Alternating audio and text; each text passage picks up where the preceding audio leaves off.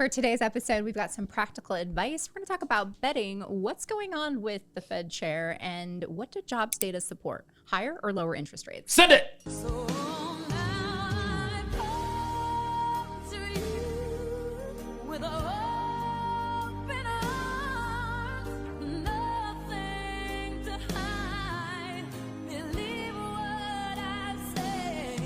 Okay, just so super silly, but where do people come up with this stuff?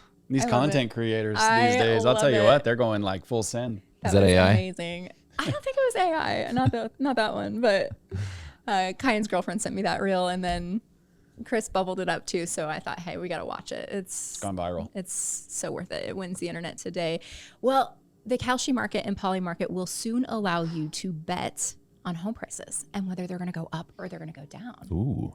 I know. Safe That's something I might right? bet. Safe Yeah. bet. Safe bet. Yeah, no, it actually makes me think about, remember when we had that that thought, like what if we were to turn prices to like a ticker, right? Like, you know, like up, down, Well, you know, like run Parcel candles Labs, on it. that's what Parcel Labs is doing. I like the idea though of turning home listing prices into a betting market, so you can get like early Ooh, that's indication fun. on whether the home's priced well or not, and give seller like kind of that instant feedback loop. Oh I yeah, like it.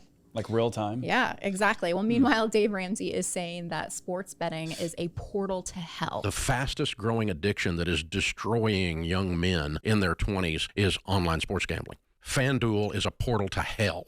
DraftKings ain't king of nothing except their own pocketbook. And they're screwing an entire generation of young men because you don't win.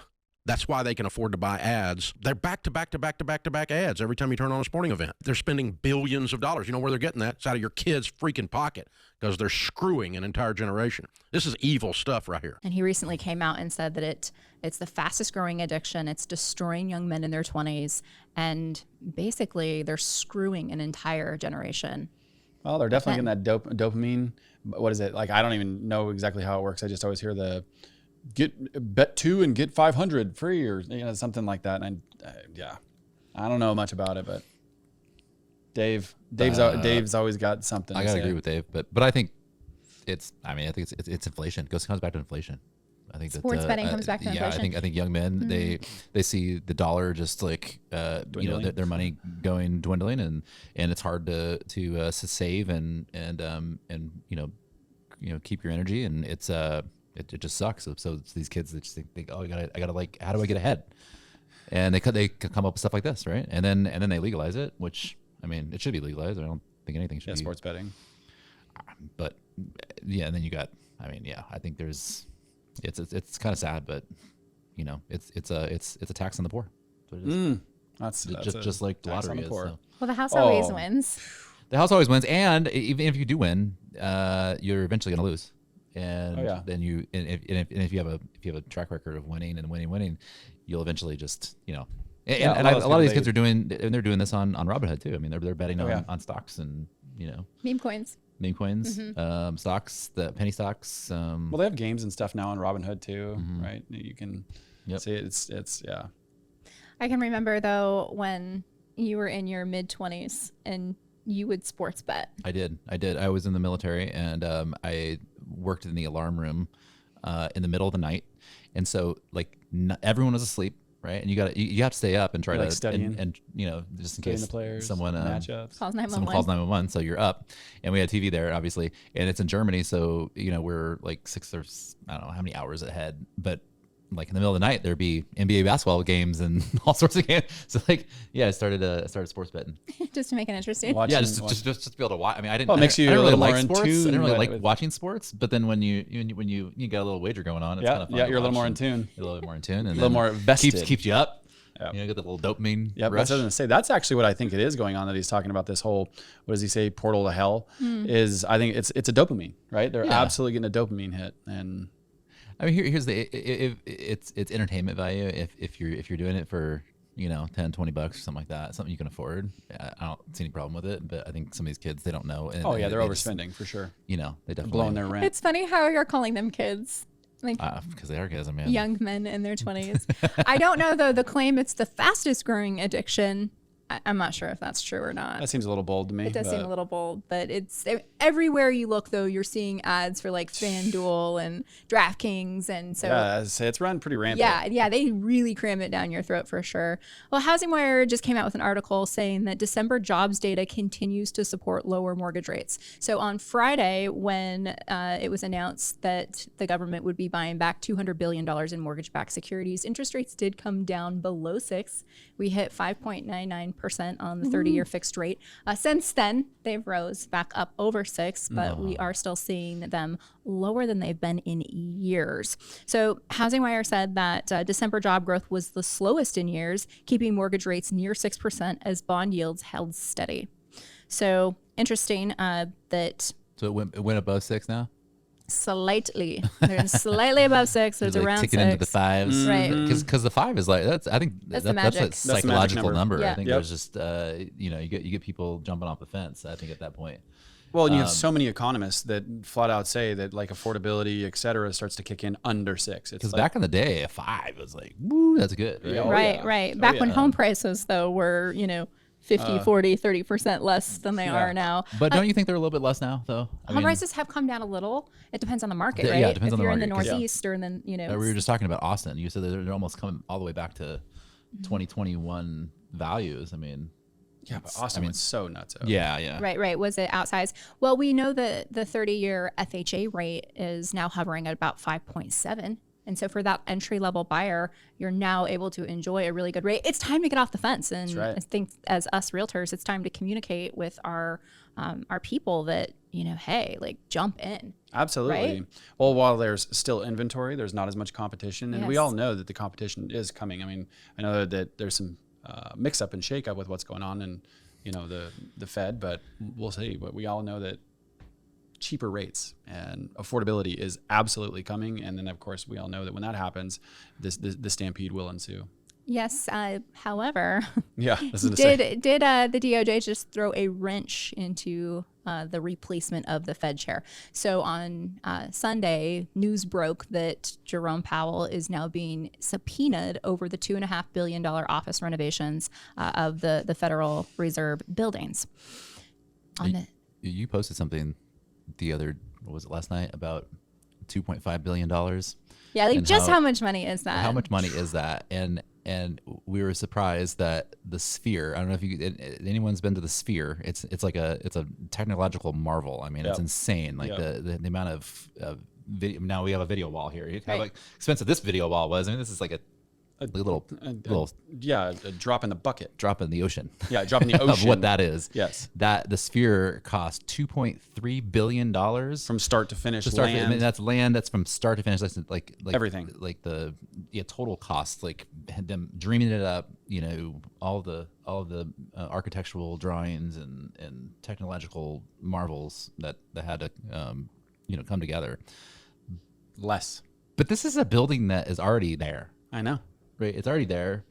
They are just the structural integrity is there. I mean, I get it, but you see the media, they're all on like, oh yeah, this is just a way to get their way, get their interest rate down, or the administration to say, hey, get the interest rate down, or else. But $2.5 billion to renovate a building. That's and also the Raiders Stadium, the Allegiant Stadium, 1.8 or something. It was $1.9 billion from start to finish. That whole stadium, that stadium's insane. But we haven't seen any photos of the Fed building. Like, what is there a jumbotron in the Fed building? Does it look like the Taj Mahal now? Yeah. I mean, is there like not to mention those jumbotrons are crazy expensive. I mean, maybe instead maybe they took some gold from Fort Knox and made gold toilets in the Fed building. And they're holding all the gold They had to like structurally reinforce all of the floors too, so it could hold all of the gold and support all that weight. So despite the pressure Powell has faced over the past several months to continue to low interest rates, he has remained somewhat politically neutral on the matter.